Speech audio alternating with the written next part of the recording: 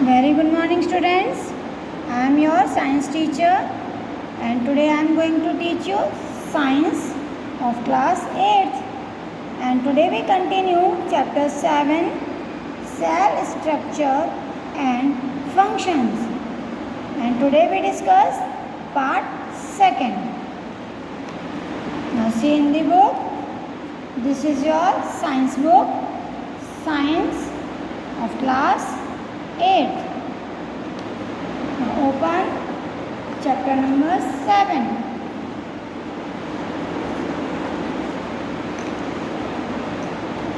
See, this is the chapter number 7. 7. Cell structure and functions. In part 1, we already discussed cell structure, discovery of the cell. और cell के बारे में हमने आपको बताया था यूनिसेलुलर एंड मल्टीसेलुलर ऑर्गेनिजम्स, ये हम डिस्कस कर चुके हैं. And today we discuss shape and size of the cells. इस सेल के शेप और साइज के बारे में. Cells exist in different shapes and sizes. जो सेल हैं वो डिफरेंट शेप और साइज में मिलते हैं.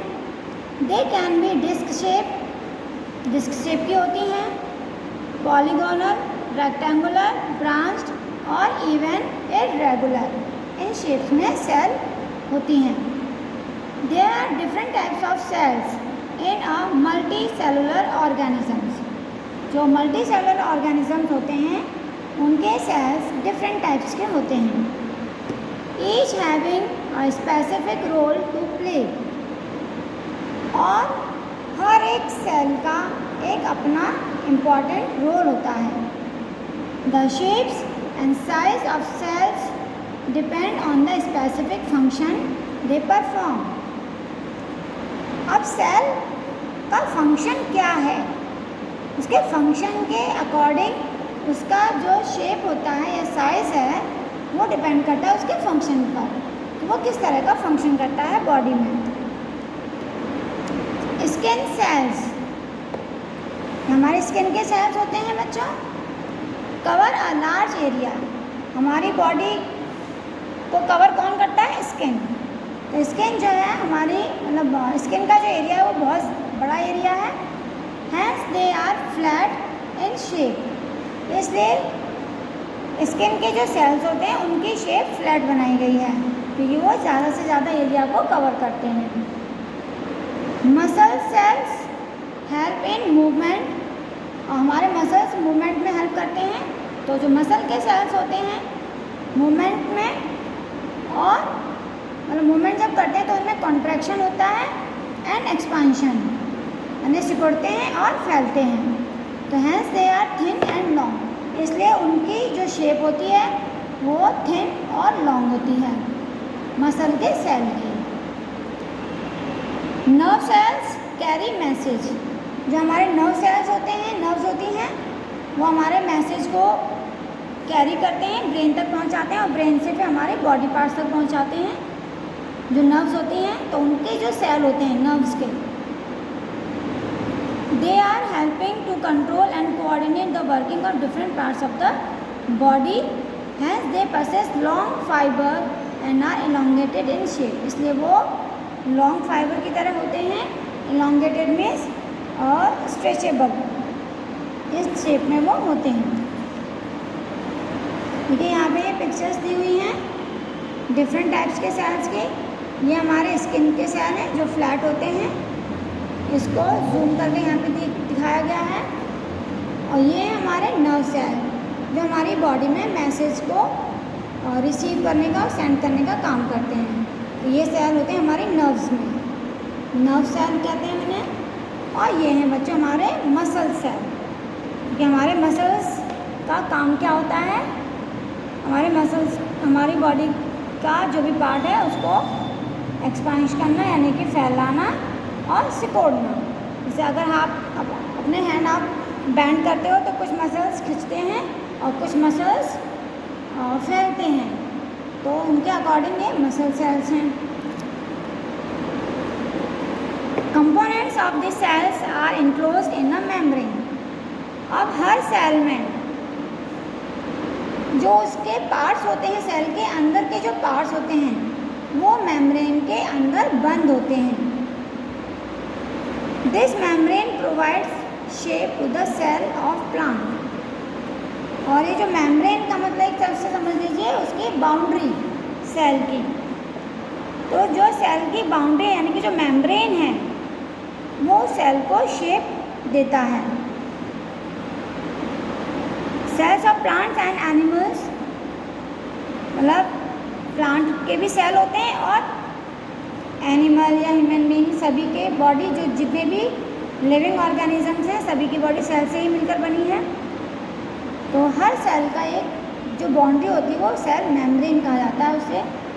वो उस सेल को शेप देते हैं। Cell membrane in plant, cell wall is an additional covering over the cell membrane in plant cell. और जो प्लांट सेल में प्लांट के जो सेल होते हैं और बाकी के जो भी लिविंग ऑर्गेनिजम्स हैं उनके सेल, बस एक डिफरेंट होता है। एक डिफरेंस क्या होता है, जो सेल मेम्ब्रेन है ये तो सभी में होता है। प्लांट सेल में सेल मेम्ब्रेन के बाद एक लेयर और होती है जिसे सेल वॉल कहा जाता है। ठीक है, इस तरह से it gives shape and rigidity to these cells. तो जो सेल वॉल है प्लांट में, प्लांट्स की सेल में, वो उसे शेप देती हैं। Bacterial cell also has a cell wall. Bacteria one cell के होते हैं, यूनिसेलुलर ऑर्गेनिज्म जिसे हम कहते हैं, उसमें भी सेल वॉल होती है। Cell also has a cell wall.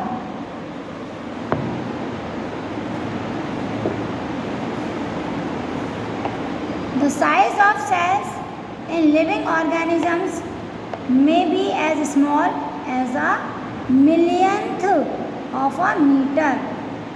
मतलब सेल का जो साइज़ होता है सभी लिविंग ऑर्गेनिजम्स में वो इतना छोटा होता है कि 1 मीटर का मिलियंथ पार्ट, यानी 1 मीटर डिस्टेंस है उसका आप मिलियन पार्ट कर दीजिए। आप उसके छोटे छोटे छोटे छोटे छोटे छोटे, तो मिलियन पार्ट करने के बाद जो फिर उसमें से 1 पार्ट उठा लीजिए, इतना छोटा होता है सेल का size. So maybe a large meter may be as large as a few centimeters।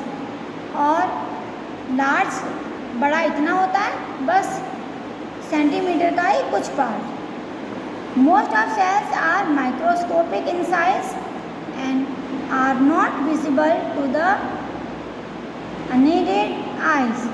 और ज़्यादा से ज़्यादा जो सेल्स होते हैं वो माइक्रोस्कोपिक, मतलब इतने छोटे साइज़ के होते हैं कि हम उनको डायरेक्ट अपनी आँखों से नहीं देख सकते। उनको देखने के लिए हमें माइक्रोस्कोप की ज़रूरत होती है, उसकी हेल्प से हम उन्हें देख सकते हैं।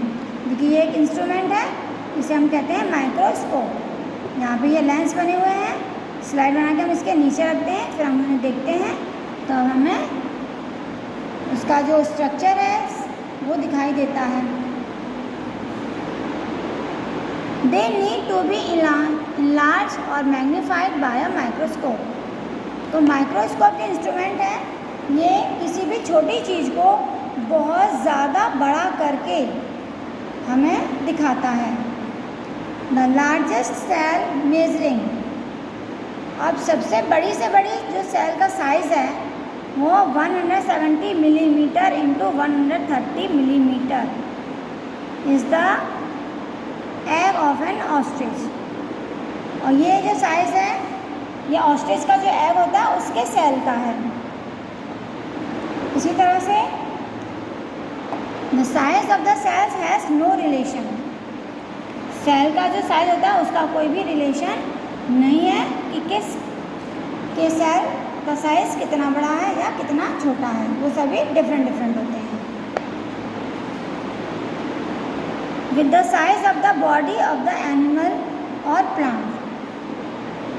और सेल का जो साइज़ है वो एनिमल या प्लांट की बॉडी के ऊपर भी डिपेंड नहीं करता। मान लीजिए जैसे एलिफेंट है, एलिफेंट की बॉडी सेल से मिलकर बनी है, लेकिन एलिफेंट तो देखने में बहुत बड़ा लगता है। अब हम ये सोचें कि एलिफेंट बड़ा एनिमल है तो उसकी बॉडी में जो सेल हैं तो सेल का साइज़ भी बड़ा होगा। नहीं, उसकी बॉडी के ऊपर सेल का साइज़ डिपेंड नहीं करता। सेल का साइज़ उतना ही रहेगा जितना होता है, चाहे एलिफेंट इतना बड़ा हो। अब जैसे मान लीजिए कोई एक छोटा एनिमल ले लीजिए, आप कैट को ले लीजिए। कैट की बॉडी भी सेल से मिलकर बनी है, तो जो साइज़ कैट की बॉडी के सेल का होगा वही एलिफेंट के सेल का होगा। तो सेल का जो साइज़ है वो एनिमल या प्लांट के बॉडी पर डिपेंड नहीं करता। It is not necessary that the cell in the elephant will be much bigger than that those in a rat. मतलब ये ज़रूरी नहीं है कि अब जैसे मैंने कैट का एग्जांपल लिया था, यहाँ पे रैट का एग्जांपल है कि अगर रैट के बॉडी के सेल, अगर रैट छोटा है तो उसके सेल का साइज़ छोटा होगा, एलिफेंट बड़ा है तो उसके सेल का साइज़ बड़ा होगा। ये ज़रूरी नहीं है। The size of the cell is related to its function. जो साइज़ का सेल होता है, मैंने आपको अभी थोड़ी देर पहले भी बताया कि वो उसके फंक्शन के ऊपर डिपेंड करता है कि वो किस तरह का काम कर रहा है बॉडी में। जैसे example, nerve cell both in the elephant and rat are long and branch. अब देखिए, नर्व सेल है, एलिफेंट के अंदर भी नर्व सेल्स होंगे और रैट के अंदर भी। तो जो साइज़ एलिफेंट के नर्व सेल का होगा वही साइज़ रैट के नर्व सेल का भी होगा, क्योंकि दोनों का काम तो एक ही है, मैसेज को ब्रेन तक पहुंचाना और ब्रेन से मैसेज रिसीव करके बॉडी के पार्ट्स तक पहुंचाना। They perform the same function that of transferring the message, क्योंकि दोनों का काम तो सेम है, मैसेज को ट्रांसफ़र करना। Next is cell structure and function.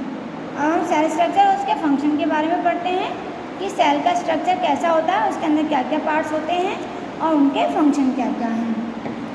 Every living organisms has many organs. अब जब सभी लिविंग ऑर्गन्स के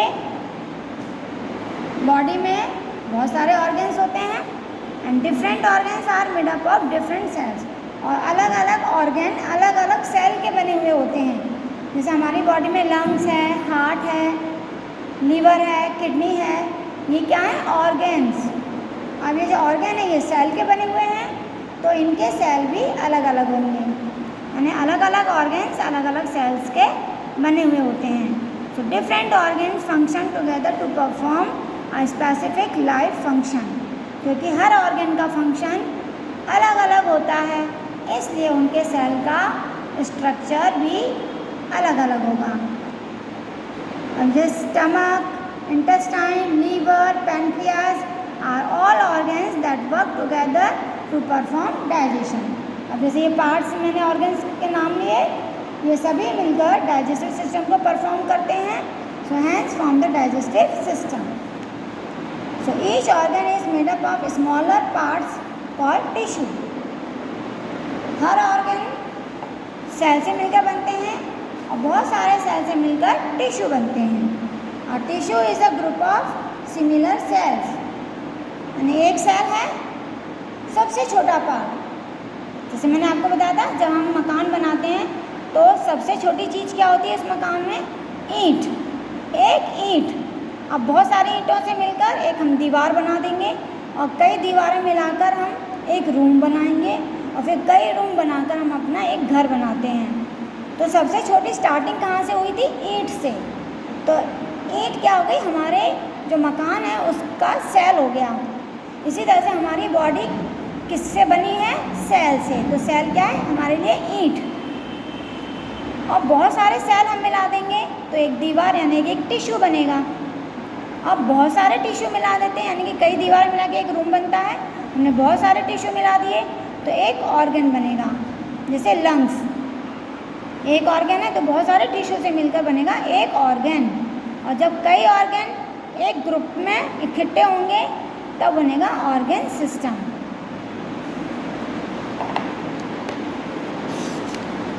देखिए यहाँ पे आपको टेबल समझ में आ जाएगी। बहुत सारे सेल मिलेंगे तो ये बन गया टिश्यू। अब बहुत सारे टिश्यू मिलाकर ऑर्गन बनेगा, और बहुत सारे ऑर्गन मिलेंगे तब बनेगा ऑर्गन सिस्टम। और जब बहुत सारे ऑर्गन सिस्टम बने एक साथ बनेंगे तब बनेगी लिविंग बीइंग की बॉडी। ओके, इस तरह से देखिए ये पिक्चर्स बनी हुई है। ये है हमारे टिश्यू, देखो छोटे छोटे क्या हैं, ये हैं सेल। ये बहुत सारे सेल मिल गए, बहुत सारे सेल मिलकर बन गया ए वन टिश्यू। ये हो गया एक टिश्यू। अब ये एक है, ऐसे बहुत सारे टिश्यू मिलेंगे तब ये बन जाएगा ऑर्गन। जैसे स्टमक, ये एक बन गया पूरा। अब ऐसे बहुत सारे ऑर्गन बनेंगे, देखो बहुत सारे ऑर्गन बन गए। स्टमक है, ठीक है, ये इंटेस्टाइन है, स्मॉल और लार्ज, ये गॉल ब्लैडर है। तो ये बहुत सारे ऑर्गन्स मिलकर क्या बन गया, एक सिस्टम बन गया, ऑर्गन सिस्टम। अब ऑर्गन सिस्टम जब बहुत सारे ऑर्गन सिस्टम बनेंगे तो हमारी क्या बन जाएगी, ये पूरी बॉडी। और ये है एक सेल, ये छोटे छोटे मैंने बताया बीच में गोल गोल सी, ये एक सेल है। तो बहुत सारे सेल दिखाई दे रहे हैं, और ये एक सेल, ये एक सेल, इससे भी बहुत सारे सेल आ गए तो टिश्यू बन गया। बहुत सारे टिश्यू मिलके बनेगा ऑर्गन। तो इस तरह से तब बनती है इंसान की बॉडी या एनिमल की बॉडी, ठीक है।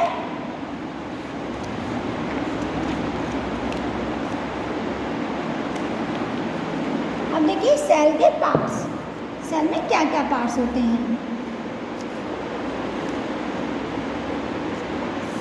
दो different types of cells differ in shape and size, अलग अलग सेल्स शेप और साइज के होते हैं। All of them have a basic structure referred to as the generalized cell structure. A cell has both living and non living parts. जो cell है वो living और नॉन लिविंग, उसमें दोनों पार्ट्स होते हैं, मतलब कुछ पार्ट्स उसमें लिविंग होते हैं उसके अंदर और कुछ नॉन लिविंग होते हैं। तो जो लिविंग पार्ट्स होते हैं वो डिफरेंट शेप के होते हैं और उनके फंक्शन भी अलग अलग होते हैं। अब देखो सेल के अंदर भी कई पार्ट्स होते हैं और उनके फंक्शन अलग अलग होते हैं और उनका शेप और साइज़ भी अलग अलग होता है। तो कौन कौन से होते हैं जो उसके अंदर पार्ट्स होते हैं, उन्हें हम ऑर्गेनेल्स कहते हैं। अब मेन पार्ट्स हमारे सेल मेम्ब्रेन, साइटोप्लाज्म और न्यूक्लियस। ये 3 जो पार्ट्स हैं ये एकदम मेन हैं, जो इनमें मेन इनका फंक्शन है। अभी सेल मेम्ब्रेन हम नेक्स्ट पार्ट में डिस्कस करेंगे। Thank you, have a nice day.